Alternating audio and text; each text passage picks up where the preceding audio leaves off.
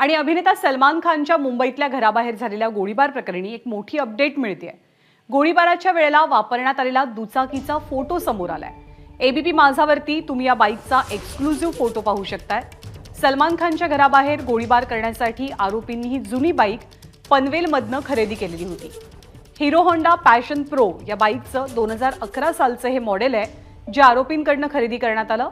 याच बाईकवरती बसून ते सलमानच्या वांद्रे परिसरातल्या घराबाहेर आले आणि त्यांनी गोळीबार केला। या गोळीबार प्रकरणी गुजरातच्या भुज परिसरातनं कालच मुंबई क्राईम ब्रांचनं दोघा आरोपींना ताब्यात घेतलंय।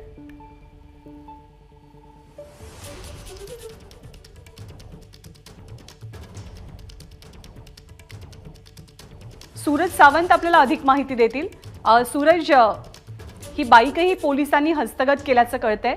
आरोपींनी बाईक कुठून खरेदी केली होती, कसा वापर या बाईकचा सगळ्या गुन्ह्यामध्ये करण्यात आला?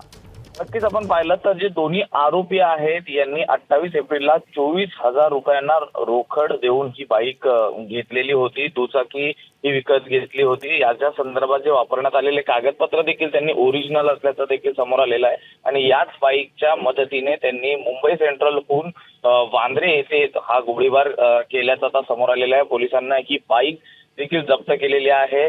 आरोपींनी हे संपूर्ण कृत्य केल्यानंतर ती बाईक जी आहे ती वांद्रे येथे सोडून तिथून ते पलायन केले होते आणि त्यानंतर आता ही संपूर्ण गोष्टी एक एक याचा उलगडा होताना आपल्याला पाहायला मिळत आहेत।